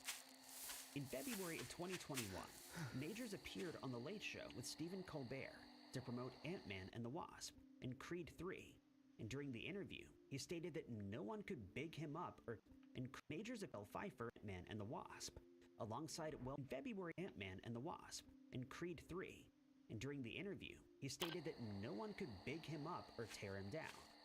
But many of his fans feel that statement came back to haunt him later on, since he ended up causing serious damage to his own reputation, thanks to a series of incidents involving his then-girlfriend, Grace Jabari. In 2024, it came to light that he was being sued by Jabari for defamation of character, assault, and battery. She stated that these incidents started in 2021, and that they involved Majors being physically abusive towards her while they were in London and Los Angeles. During the London incident, Listen, the couple you got think into you're a pretty heated smart argument. now, don't you? Majors hit Jabari's Here's head your against pay, the wall. Einstein. When the fight was over, she wanted to go to the hospital, but Majors convinced her not to, likely because he I feared got being work to arrested. do if you don't just stand there with your thumb up your ass. Get the job done. Stating that she was crazy. He was only looking for attention. He was eventually found guilty of assault in the 3rd degree and harassment in the 2nd degree. And at last, he admitted that he was guilty. Number 4. Tom Cruise's 2005 appearance on the Oprah Winfrey Show needs no introduction, thanks to his strange behavior on that day. During the interview, he was asked by the host about his new relationship with the actress Katie Holmes, and what followed went down as one of the most iconic moments in the show's history. Cruise started jumping up and down, pumping his fist, and at one stage, jumping up and down on the couch that he was seated on. He then ran backstage to get Holmes, and the couple could be seen hugging on the stage to the delight of their fans. By this time, it was well known that Cruise was a member of the controversial Church of Scientology. And to the dismay of many of her followers, Holmes announced that she was taking courses that would allow her to join the church too. Later that same year, they announced their engagement at the premiere for the film War of the Worlds, and Cruise stated that they intended to start a family together. Holmes fell pregnant, and in April of 2006 they had a daughter. They got married in Italy in November of that year, and Holmes would go on to describe the relationship as fun, and that she considered herself to be extremely lucky. But fans started to suspect that something was wrong in 2012 when Cruise appeared on the red carpet to promote his film Rock of Ages without Holmes by his side. These concerns proved to be accurate when it came to light that same year that Holmes had filed for divorce, which he stated she was doing so to protect her daughter. It would later come to light that she was referring to keeping her safe from the Church of Scientology, which is considered by many to be a cult. They would eventually agree on a settlement that afforded Holmes primary custody of their daughter. The fans would be left speechless when it came to light that as part of that settlement, Holmes had to agree to a long list of terms involving Cruise and his reputation. He stated that she was not allowed to talk about him or Scientology, since it might cause him embarrassment. She was also not allowed to publicly date other men for at least 5 years, which meant that she could enter a relationship but had to keep it secret from the outside world. Whoever she ended up dating was not allowed to come anywhere near their daughter. Sources close to the actors added that Holmes had received $4.8 million in child support, with an extra $5 million added on top of that. But if she broke even one of these rules, she would immediately forfeit all the funds. During one interview, Holmes was asked about her relationship status, and she immediately responded that she would not be discussing the subject. Rumors started to spread that she was dating Jamie Foxx. Someone close to Cruise told the media that he didn't care what Holmes did by that point, but that he would dearly love to get his money back, which suggested that the church was still keeping a very close eye on him.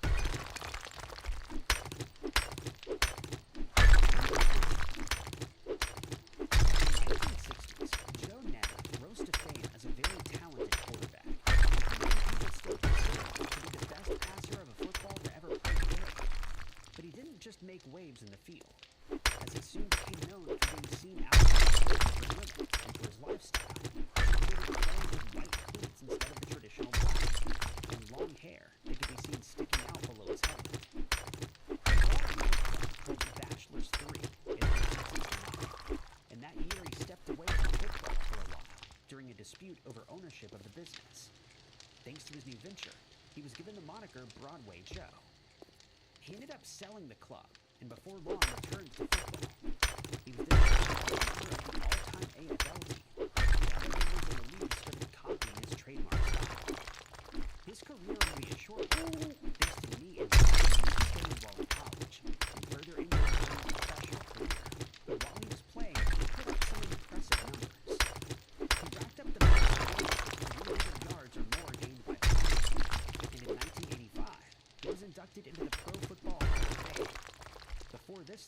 He appeared on television as the host of The Joe Namath Show, alongside Dick Schaap. Following his retirement, he continued his interest in acting. Following his retirement in 1960, he appeared on the TV show The Waverly Wonders, having picked up acting experience years earlier in the film CC and Company, and on stage in a production called Cat. He would then go on to have a very successful career in television, appearing on shows that included The Wire, Married with Children, The Brady Bunch, and The A-Team, to name a few.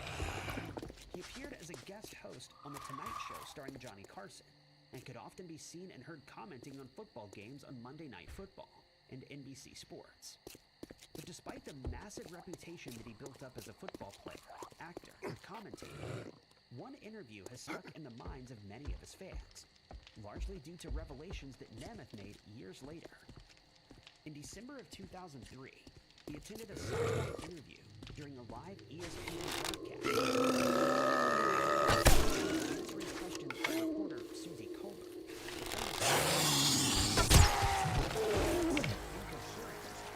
And to the shock of viewers, at one point completely ignored the question posed to him, instead telling Colbert he wanted to kiss her.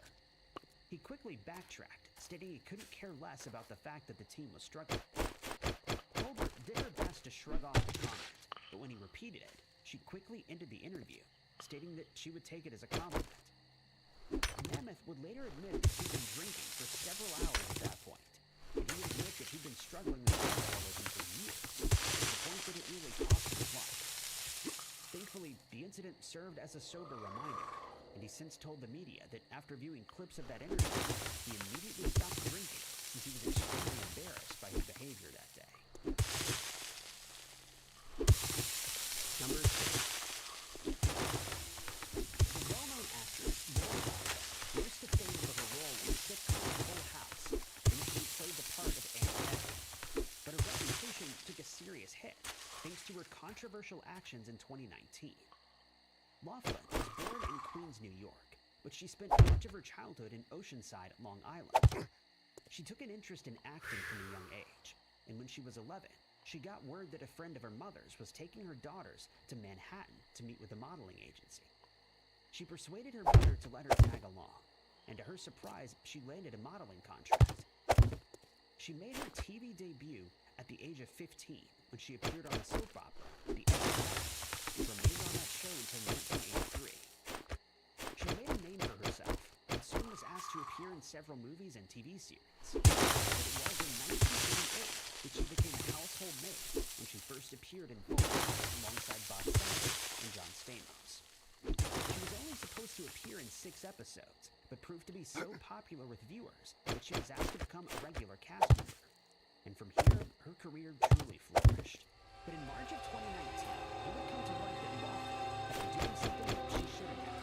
She was or arrested and charged with money laundering, conspiracy to commit mail and wire fraud, and honest services mail fraud. It was revealed that the couple had been involved in a scheme that would see their daughters illegally gain entry into the University of Southern California, since they were fraudulently presented as athletic recruits. She would later admit that she made a terrible decision, and that the incident would bring an end to her marriage. She was finally found guilty and ordered to pay a $150,000 fine and complete 100 hours of community service. Number 1. Not many people know that before his life took a downward turn, O.J. Simpson was in the process of filming a 2-hour made-for-TV movie called Frogman, in which he was set to play the lead role. If all went well with the movie, it was supposed to be picked up by NBC as a TV series. This never happened, since Simpson's life soon spiraled out of control. Many people touted it as the next A-Team, since the show centered on a group of ex-Navy SEALs that was tasked with completing a series of dangerous missions while stationed in Malibu, California. Simpson was supposed to play the role of John Bullfrog Burke, and he was set to appear alongside some major actors. Brian Lowry, a CNN media critic, would later reveal that in one scene of the film, Simpson's character mistakes his daughter for an intruder, and he ends up holding a sharpened blade to her throat before realizing his mistake. This scene, and an interview that Simpson attended on set at the time, would later be seen as foreboding, and with good reason. At the time, Frogman was one of the most anticipated movies, and he was set to become the next big action hero. While on set, he was visited by an Entertainment Tonight reporter, and at one point they got to watch while a scene was being filmed. Simpson and his fictional daughter could be seen standing by the grave of his fictional wife, and they share memories that they had of her. In between filming, Simpson could be seen looking around the cemetery and jokingly stating, "We're the most lively people in this place." He also spoke to the reporter about his wife, Nicole Brown, and their children. His co-stars were singing his praises, stating he's one of the most pleasurable people they'd ever met, and that he was a joy to work with.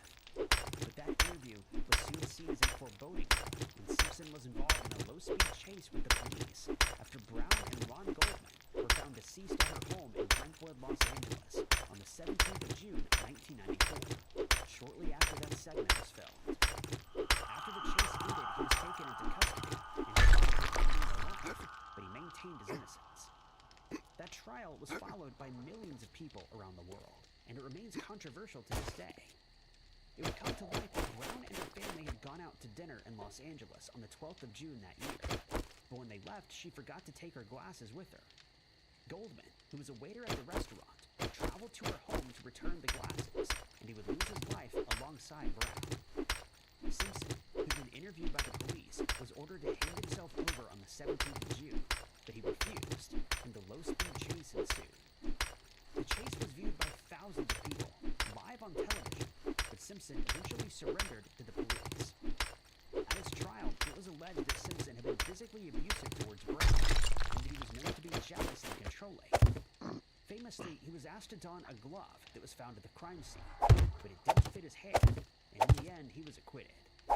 But he has been ordered to pay $33.5 million to the families of the victims, and many people believe that he was, in fact, guilty of ending Brown and Goldman's lives that night.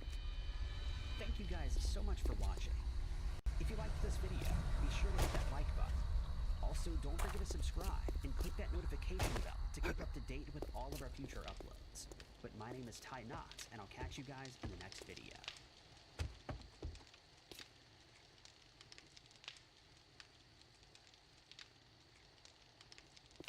1973 started off with some much-needed good vibes.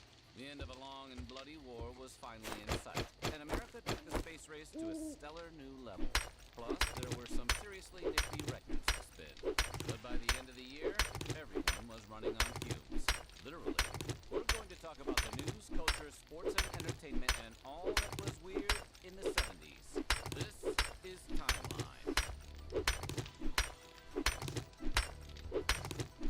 Settle in for some historic news, because today we're talking 1973.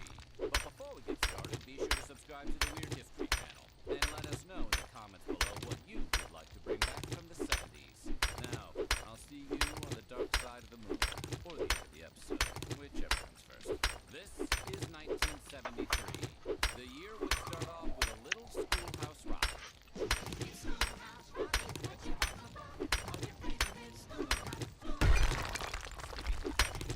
Elvis made history with his Aloha from Hawaii concert event on January 14th. The hour-long show was broadcast live via satellite from Honolulu International Center, today known as the Neil S. Blaisdell Center, to approximately 3 dozen countries in Asia and the Oceania region. The concert was the first live satellite broadcast featuring a single performer. It also held the record for sweatiest human on television until Jimmy Swaggart gave his infamous "I Have Sinned" speech 15 years later. I have sinned against you, my Lord. The very next day, President Richard Nixon announced the United States had suspended all offensive actions against North Vietnam. The announcements came just weeks after Nixon bombarded North Vietnam with a 2-week bombing campaign, during which American forces dropped over 20,000 tons of ordnance from Haiphong and Hanoi. 2 weeks later, the U.S. signed the Paris Peace Accords with North Vietnam, the Viet Cong, and South Vietnam on January 27th. The agreement called for an immediate ceasefire across Vietnam, and for the United States to begin withdrawing its forces and dismantling its bases. In return, North Vietnam agreed to release their prisoners of war, including every captive American. Today, the largest contingent of repatriated prisoners so far, 60 men, were flown from Clark to Travis Air Force Base, California. It was effectively the end of the U.S.'s involvement in the Vietnam I'm War. gonna give you 4 hours to get away, and I'm coming after you. 4 hours, don't waste any more precious time. Lean, mean, knockout-producing hitting machine George Foreman defeated heavyweight champion Joe Frazier at the Sunshine Showdown in Kingston, Jamaica on January 22nd. Foreman at the producing Coming after you. in the Vietnam War. I'm gonna give you 4 hours to get away, and I'm coming after you. Bonanza. 4 hours, don't waste any more precious time. Lean, mean, knockout-producing hitting machine George Foreman defeated heavyweight champion Joe Frazier at the Sunshine Showdown in Kingston, Jamaica on January 22nd. Foreman, the 3-1 underdog, took the undefeated Frazier off his feet 6 times before the referee stopped the fight. 1 minute and 35 seconds into the second round. It is over in the second round. George Foreman is the heavyweight champion of the world. Foreman would defend his heavyweight title twice before losing it in one of the most famous boxing matches in history. More on that next year. On the same day as Foreman's victory, the U.S. Supreme Court reached its landmark decision in the case of Roe v. Wade, deciding that the American Constitution conferred the right to have an abortion. The 7-2 decision argued that a woman's right to an abortion was protected by the privacy rights guaranteed in the 14th Amendment. The court relied upon the 1965 case of Greenwald v. Connecticut, which established the right to privacy with respect to intimate practices. The decision would stand for 50 years until Roe v. Wade was overturned on June 24th, 2022 in a 6-3 decision. The Supreme Court in Dobbs v. Jackson Women's Health Organization overturned Roe v. Wade, declaring the issue of abortion rights to individual states on June 24th, 2022 in a 6-3 decision.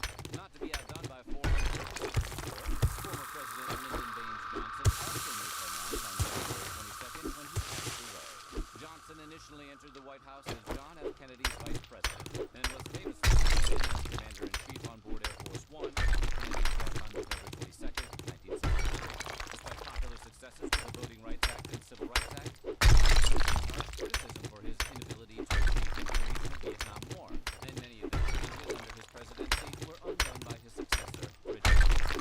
Speaking of Nixon, at the end of January, Watergate burglars G. Gordon Liddy and James McCord were convicted of conspiracy, burglary, and placing illegal devices for their role in the break-in. 4 other burglars, including Liddy's fellow former CIA agent E. Howard Hunt, had already pled guilty earlier in the month.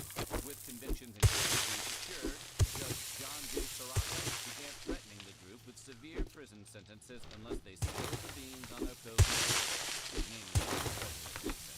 Stay tuned to see how this whole Watergate thing shakes out. Just a few hours north of D.C. that same day, Migos and Kiss played their first ever show at the Coventry Club in Queens, New York, for a crowd of less than 10 people. Kiss would go on to enjoy huge success as an arena rock band for American decades.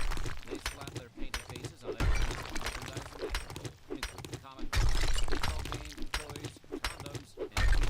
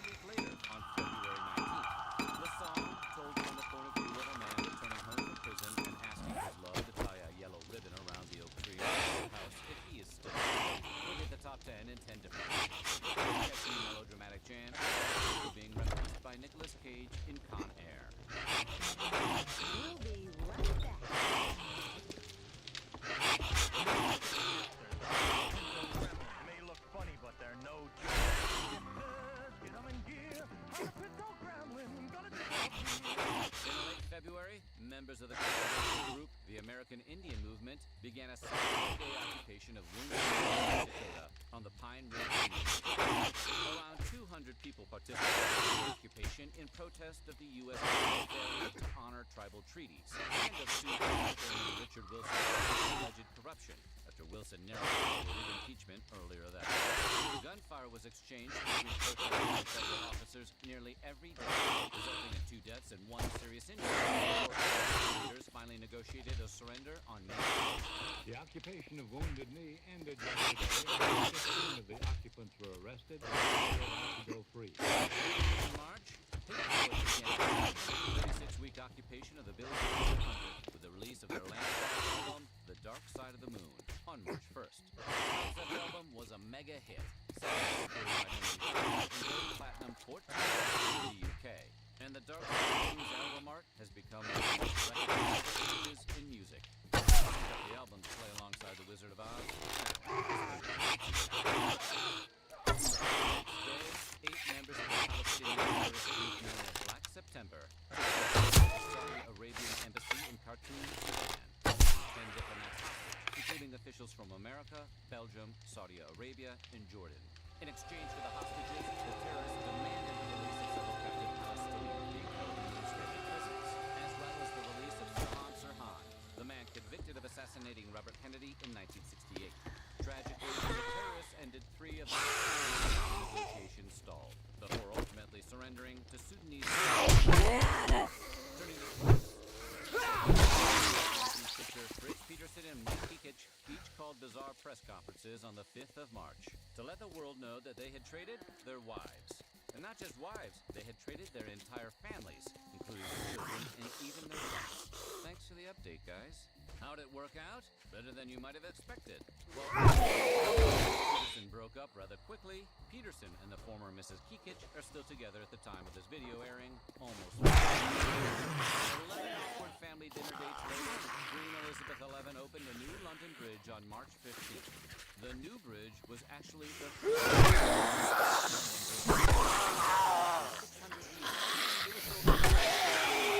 McCulloch, who had the bridge taken apart and rebuilt in Lake Havasu City, Arizona. A popular rumor suggested that McCulloch purchased the old London Bridge by necessity, a Rouvier Tower Bridge. But the tycoon denied this until his dying day, 4 years later. Over in Hollywood, Marlon Brando refused to accept his Best Actor Oscar for his role as Don Vito Corleone. Native American actress Maria Louise Cruz, Shane Littlefeather, spoke on the actress behalf, reading a statement written by Brando explaining that he won the award for protest of the portrayal of Native Americans in film. And he has asked me to play in a very long speech, which I cannot share with you presently. Brando was the second actor to refuse an Oscar in as many years. George C. Scott has declined to accept his Best Actor award for his role as Patton in 1971. This objected to the idea of a ceremony that pitted actors against each other. Good point. Heading into April, a notable hit. The first phone call was made to Cooper made the call on a shoebox-sized prototype that weighed 200 pounds. Who did he call? A rival employee at AT&T, who was busy working on his own prototype. Can you hear me now? Because that dunk was deafening. We hit New York City, where the world's premier opened its doors to become the world's the Twin Towers took a spot in the previous record holder. Another New York City landmark, the Empire State Building. Although the actually hold the record before losing the title to the Twin Towers that followed the year, we were really into the tall building race in the 70s. Hollywood still found the time to throw King Kong off the Twin Towers in the 1976 remake. Apparently, that's how they build skyscrapers in New York City. Speaking of high art, the massively influential avant-garde painter Pablo Picasso passed away his mortal easel on April 8th. Picasso was a co-founder of the Cubist movement, an abstract movement in 1937. The master and his father were in the middle of dinner with friends when he collapsed. He died a heart failure at the age of 91. Took as the first girl to play Little League Baseball organization's long-standing rule that in response, Little League Baseball the American Little League's charter. effectively banning them from playing. King and the city of Ypsilanti filed a discrimination lawsuit, and though the lawsuit was dismissed, Little League Baseball eventually dropped its boys-only rule in 1975. America's first space station, Skylab, was launched on May 14th. Skylab was 118 feet tall and weighed 77 tons, or the equivalent of about 40 Chevrolet Monte Carlos.